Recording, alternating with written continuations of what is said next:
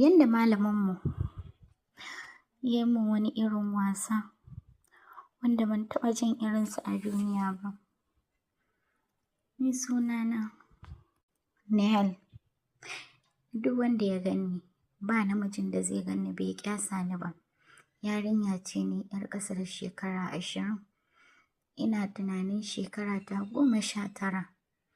Ina makarantar secondary school domin muna shekarar ƙarshe. Akwai wani malaminmu da yake mutuwar sona, ni ma kuma ina son sa. To sakamakon na san iyayena ba aure za su yi min yanzu ba, karatu suka sa a gaba, sai bana saka abin a raina, nake baya-baya da shi. Amma fa a ƙasan zuciyata ina son Malam Idris, don Malam Idris babu wanda zai gan shi ya ji baya son sa. Inda yake yarinya ce matashiya, domin ɗan gaye ne, ya iya wanka, ya iya kwalliya, ya iya sa kaya. Yana nuna min soyayya domin ko na zo a makare baya doka na, domin shi ne discipline master na makarantarmu. Wata rana na shigo makaranta sai yake ce min, Nehal, idan an tashi ina son zan yi magana da ke. Sai ta ce, to sa, Allah ya kai mu. Haka Nehal ta ringa wani irin tunani, na ringa tunani a raina. Ina cewa to ko me malam zai faɗa min? Haka dai har lokacin tashi yayi. Sai Malam Idris ya ce, ki zo staff room ina neman ki. Staff room ɗin malamai maza. Sai na ce to shikenan malam, ina zuwa. Haka na ɗauki jakata muka shiga cikin staff room. Sai na ga malam babu kowa a ciki, babu malamai, domin wasu malaman ma duk sun tafi. Ga kuma 'yan uwana ɗalibai su ma duk sun tafi. Daga dai ni sai malam a cikin staff room. Nake cewa sa gani, na durƙusa. Sai yake cewa tashi zaune Nehal, ki zauna ga kujera nan. Magana nake so da ke. Nehal, tun da na ganki a makarantar nan nake mutuwar son ki kuma ina ƙaunar ki. Sai take cewa to sa, na gode. Sai yake cewa ai ba godiya zaki ba, ke ma ki faɗa min cewar kina so na. Sai ta ce sa, ni ma ina son ka. Haka dai bai sha wani wahala ba. Na gaya masa domin ina sauri in tashi in tafi. Sai ta yi, Nehal ɗan matso kusa da ni, ina son ki. Sai ta yi, to sa na ji, amma gaskiya ni ba yanzu za a yi min aure a gidanmu ba, domin mahaifina ya ci buri sosai a kaina na ganin na zama likita ko kuma wata dai babban ma'aikaciya a gwamnati. Sai yake cewa to ai wannan duk ba matsala ba ne ba, amma Salma, ke ɗin yarinya ce mai kyau, kuma ni na ƙyasa da ke kuma ina son ki. Kafin nan dai Salma, sai yake cewa ɗan matso mu ga. A dama a cikin staff room ɗin akwai wani ɗaki irin dai kamar ɗakin aje littattafai ne. Sai ya ce zo mu shiga daga ciki. Haka na bi shi ban ja ba, domin ni ma ina ƙaunar malam.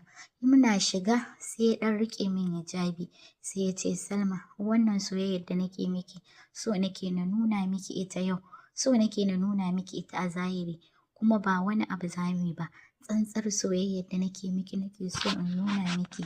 Haka dai kamar ya yi min asiri, ban iya cewa komai ba. Nan dai ya samu ya cire min hijabi na, ya fara taɓa min ƙirjina, yana rungume ni. A nan ne na ji wani irin abu wanda ban taɓa jinsa ba.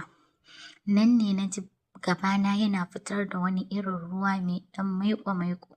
Sai nake cewa sa, me kake yi haka? Sai ya ce so nake in nuna miki soyayyar da nake miki. Haka dai ya ɗan zaunar da ni, shi ma ya zauna ya fara sumbata ta, yana hura min kunne, yana min wani irin wasa. Haka ya zura hannunsa a cikin rigata, ya fito da nonona, yana tsotsa, yana murza ɗaya, yana shan ɗaya. Haka dai ya ringa min. Nan da nan sai ya cire min wandona, ya cire min fantis. A nan ne ya fara kai hannunsa wajen farjina, yana ɗan lalubawa, yana lalubawa. A nan ne ya ji wani irin danshi. Sai ta yi Nehal, kina da ni'ima, ke fa mace ce, kina da ni'ima Nehal, haka kike da ruwa? Sai take cewa sa, wani irin ruwa kuma? Ko ko da yake aike yarinya ce biki san komai ba. Nan dai ya buɗe ƙafafuna, nan na ga mutum ya kwanta yana ƙoƙarin sa harshensa a cikin gabana yana wani irin sha. A nan ne na rintsa idona na rasa a wacce duniya nake ciki. Faɗi yake Nihal, kina jin daɗin abin da nake miki? Ni kan ba abin da nake yi in ba wani irin nishi ba da jin daɗi. Haka dai Malam Idris ya ringa yi min wani irin wasa da harshensa a cikin farjina. Shi kuma daga nan sai ya ɗago ya ce Nihal, ina fatan kin gamsu da irin son da nake miki. Babu namijin da zai saka bakinsa a wannan gurin ba tare da yana son mace ba. Nan dai na yi shiru, wani irin daɗi yana bin jinin jikina. Nan da nan shi ma ya cire wandon shi sai ta yi, kin ga wannan abar? To, ta kasa nutsuwa, ta kasa zama, ki riƙe ta. Ba wani abu zan miki ba, ki riƙe min ita kawai. Zan nuna miki yadda za ki ringa yi min. Haka na riƙe ban ja ba, ya ringa yin haka kai da hannu da hannunsa ya ce haka za ki yi min. A nan ne za ki ga na ji daɗi. Nan da nan ne kuma na ringa mishi wannan abin, na ringa mishi wasa da ita. Haka sai da wani irin ruwa ya fito. Na ce sa wannan menene? Sai ta yi ba komai. Kawai tsananin daɗi ne da na ji ruwa yake fitowa a jikina. Ya ce kar ki tsorata, ba komai ba ne. Wannan shi ne ruwan maniyyi da ake faɗa. Ko ba ki zuwa Islamiyya ne? Ta ce ina zuwa, amma ban taɓa tunanin wannan shi ba ne. Sai ta yi to aiki yarinya ce. Nan da nan dai ya tashi ya ce ki sa kayanki, ki tashi mu fita. Amma ki fara fita kafin in fita. Daga nan dai Nihal da Malam Idris suka ƙulla soyayya mai ƙarfi. Kafin nan ku danna mana subscribe, ku yi like, sannan ku yi following ɗin channel mu mai suna Sirrin Marke. Za ku ringa jin ƙayataccen topic masu daɗi.